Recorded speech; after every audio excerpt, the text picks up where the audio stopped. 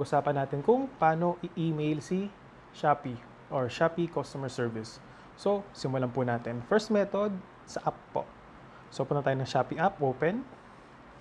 Sa Shopee app, sa may right corner, piliin nyo po yung Me. And then, sa pinakababa po, drag nyo lang, hanapin nyo po yung Help Center. Sorry po, nagolo ko. So, Help Center. At sa Help Center, hantayin nyo lang mag-load. Sa pinakababa po, yan. Andyan po yung email. So, reminders lang po. Nag-respond po sila sa email nyo within 1 to 2 days. Andyan po, nakalagay. So, click nyo lang po. Yan. So, mag-load po siya. At, pupunta po sa Shopee Customer Service Team. So, now, pipiliin nyo po kung buyer ba kayo o seller. So, piliin natin kunyari, buyer ako.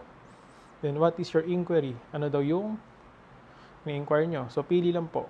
Shipping and delivery ba yung problema, web and app performance, general inquiries, account and security, payments, return refunds, product content and legal, voucher or promotion. Kunyari, return refunds. Then, lagay nyo po yung order serial number. So, 14-digit daw po to. So, kunyari, meron ako. Lagay nyo lang po dyan. Then, the description po kung ano po yung inaangal nyo at i-detail nyo po dito kung ano yung problema para mabigyan kayo ng magandang sagot ni Shopee. Okay po? So, kunyari, may nilagay tayo. Nilagay nyo fake. Then, click nyo lang po i-agree.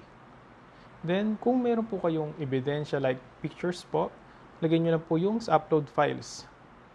Upload files, didiretso po sa gallery yan. So, pili lang kayo kunyari ito po.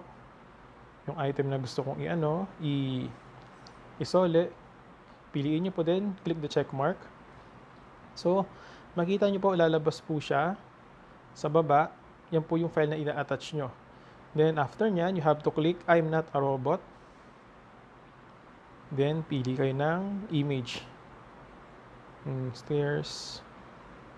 Verify. So, once po na matapos po yung verification, naka-upload din yung mga information about sa email nyo, last part is submit. So, hindi ko na po siya pipindutin kasi wala naman po akong problema kay Shopee. So, yan po yung first method, gamit ang app para ma-email si Shopee. Second method, almost the same po. Labas lang po tayo, gamit ang inyong desktop or computer. Open po kayo ng browser, then type nyo lang po help.shopee.ph. Huwag po kayo mag-alala, ilalagay ko po yung link na yan sa description ko po sa baba. So again, pag open nyo na, sa pinakababang section din, same lang din. Click nyo po email. Same din po siya, 1 to 2 days din bago sila mag-respond.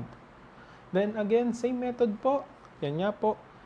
Choose kayo kung buyer or seller, inquiry, email address, description, upload ng files then, of course, verify. Then, last part is submit. So, I hope po nakatulong po itong video na ito sa inyo.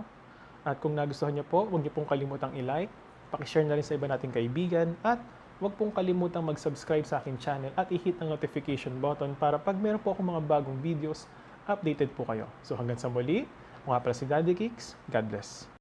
If you like this video, hit the like button, share it with your fellow bosses, and be sure to subscribe.